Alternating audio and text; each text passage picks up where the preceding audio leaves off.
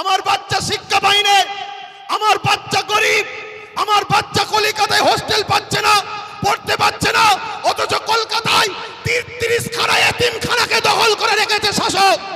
33 খানা এতিমখানা রয়েছে কলকাতায়, ভিআইপি জায়গা রয়েছে, ওই জায়গাগুলোতে সব বিভিন্ন প্রমোটিং হয়ে যাচ্ছে, কোটি কোটি টাকা লেনদেন হচ্ছে রাজ ক্ষমতার জোরে। এমনি বলিনি যে রাজ ক্ষমতা দরকার, এমনি বলিনি রাজ ক্ষমতা দরকার। আরে আব্বাস সিদ্দিকী আসবে না, ওই নওশাদকে দিয়েছে, ওটাই থাকবে তোদের সাথে।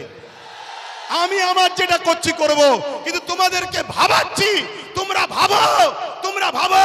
আজকে বিধানসভায় এতগুলো তো মুসলিম এমএলএ রয়েছে, এমপি রয়েছে, এই গত কদিনে, এই গত পরশু দিনে আলোচনা হয়েছে, কারো মুখে কথা নেই। তোমাদের নওশাদ, তোমাদের ভাঙড়বাসী, তোমাদের নওশাদ, তোমরা গর্ব করো, তোমাদের নওশাদ। তোমাদের এই ভাঙড়ে পাওয়ার গ্রিড যখন তৈরি হয় 3 বিঘে ওয়াকফ জায়গা ছেড়ে নিয়েছে। আমি বলে যাচ্ছি, মিলিয়ে নাও, 3 বিঘে ওয়াকফের জায়গা পাওয়ার গ্রিডের নামে নিয়েছে। পাওয়ার গ্রিডের প্রয়োজন আছে না নাই ভাঙড়বাসী জানে, ও বিষয় যাচ্ছি না, আরো জায়গা আছে তো, কিন্তু ওয়াকফ নিবি কেন?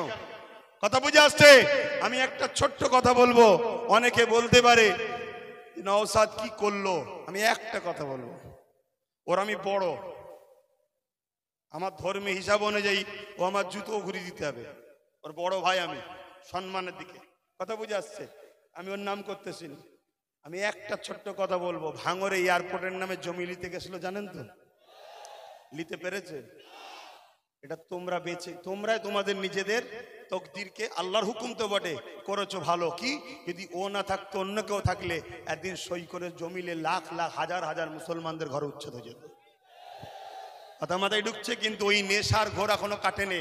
শুধু একটাই করো, যেখানে মুসলমান গ্রুপ বেশি হয় কেস দিয়ে তুলে দাও, নাই ভোটাভুটিতে ভাগ করে দাও, আর না হয় জমি অধিগ্রহণের নামে কেড়ে নাও। তো ভাই আমি আর কথা বাড়াবো না, আগামী দিন আপনারা আমার সাথে আছেন তো নাকি? কথা বলুন, আছেন তো নাকি? একেবারে সত্য হাত তো, এটা একদম কোনো ধোকা নয় তো। অনেক কষ্ট করে যেতে হবে, গাড়ির পয়সা খরচ করে।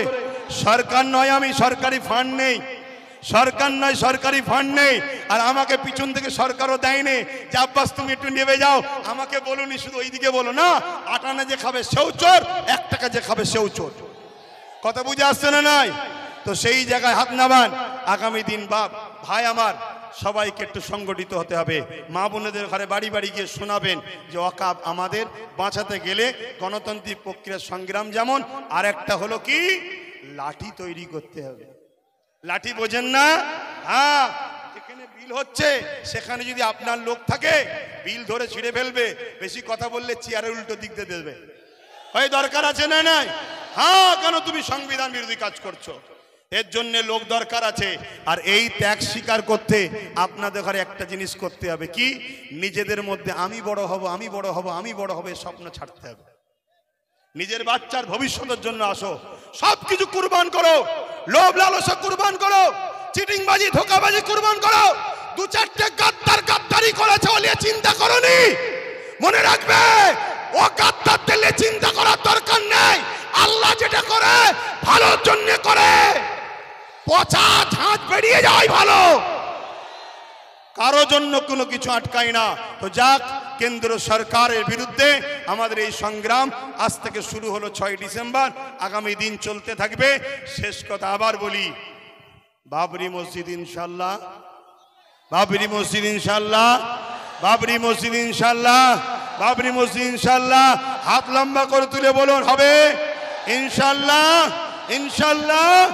নারে দিবে, আরো দিল খুলে নারে দিবে, নারে দিবে।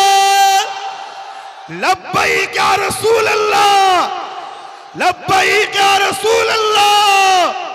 ভারতবর্ষ, ভারতবর্ষ, ভারতবাসীর ঐক্য, ভারতবাসীর ঐক্য, ভারতবর্ষের সংবিধান নারে দিবেন। পুলিশ বন্ধুদের সঙ্গে আমাদের কোনো রাগ নেই, তারা আমাদের বন্ধু, তারা আমাদের বন্ধু। কিন্তু অশুভ লোকের হাতে ক্ষমতা চলে যাওয়ার জন্য পুলিশ বন্ধুরা বাধ্য হয় পরিবার, চাকরি, নিজের জানের হেফাজতের জন্য আমাদের উপরে লাঠিচার্জ করতে বাধ্য হয়। কথা বুঝে আসছে?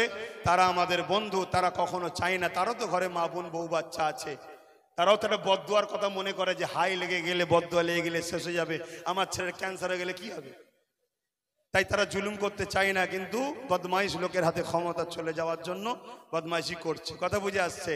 তো যাক, চিন্তা করার কিছু নেই, আমি এখানে সংক্ষেপ করছি। আস্তে আস্তে ঘরে যাবেন, আস্তে আস্তে ঘরে যাবেন। মনে রাখবেন, এ দেশ আমাদের ছিল, আছে, থাকবে। সংবিধান ছিল, আছে, থাকবে। সরকার আছে, পড়ে যাবে। কেন্দ্র সরকার যেটা করছে অন্যায় করছে। আসুন ছোট করে একটু দোয়া, আল্লাহুম্মা আমিন, আল্লাহুম্মা আমিন। আয় আল্লাহ, হাবিবের খাতির রহমত করে, দয়া করে আমাদের এই চেষ্টাকে আপনি কবুল করেন। আমরা ভুল করেছি আল্লাহ, বারবার সেকুলার নামে ভণ্ডগুলোকে বিশ্বাস করে, মেহনত করে তাদের জন্য লড়াই করেছি, ভাই ভাই খুনোখুনি করেছি, মারপিট করেছি।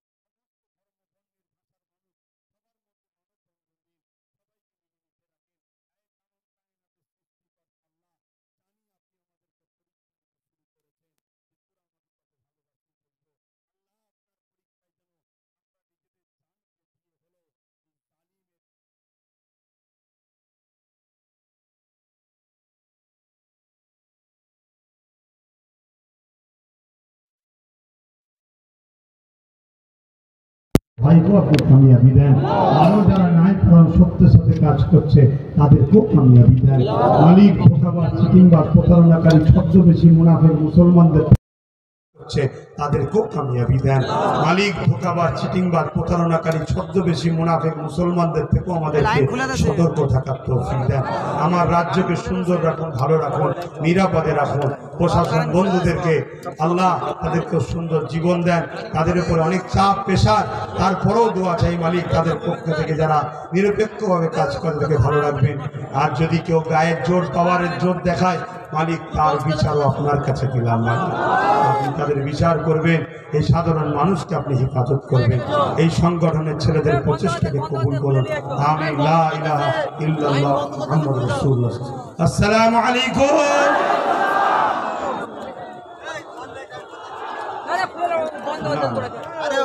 আমরা বিভিন্ন জায়গায় প্রোগ্রাম আরো করছি, আপনাদের এখান থেকে শুরু হলো। তো যাক, আস্তে আস্তে যাবেন, আস্তে আস্তে যাবেন। যেদিন আমি কলিকাতায় ডাকবো, খবর পেলে একটু সময় দিতে হবে। আশা রাখছি, আশা রাখছি। আস্তে আস্তে যান, আস্তে আস্তে যান। আসসালামু আলাইকুম।